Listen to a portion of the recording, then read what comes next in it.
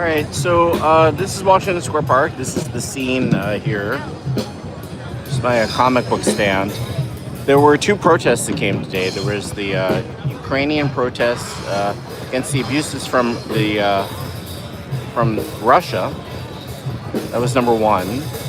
So there's been a lot of human rights violations and that it hasn't stopped, and political prisoners, and they limit, like, if you want to come to the States, you have to do some type of like Casablanca like deal for your freedom.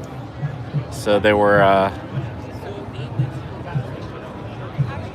happy, and there were only about 100 protesters or so.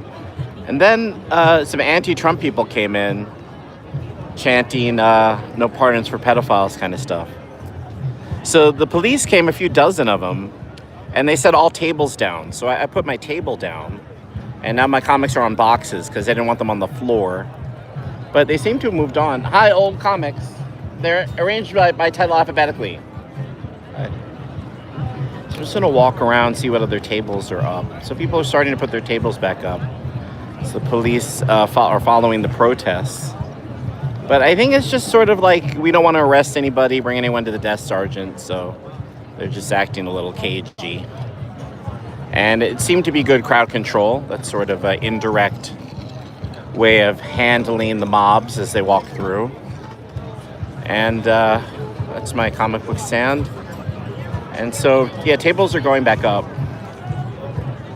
Slowly. Yeah. And the artists are still here. Alright. It's kind of weird, huh? It's a weird vibe. I'm gonna go by these cherry blossom type tree here. They always bring in these flowers for graduation time at NYU. So the park is quite lovely when they have graduation.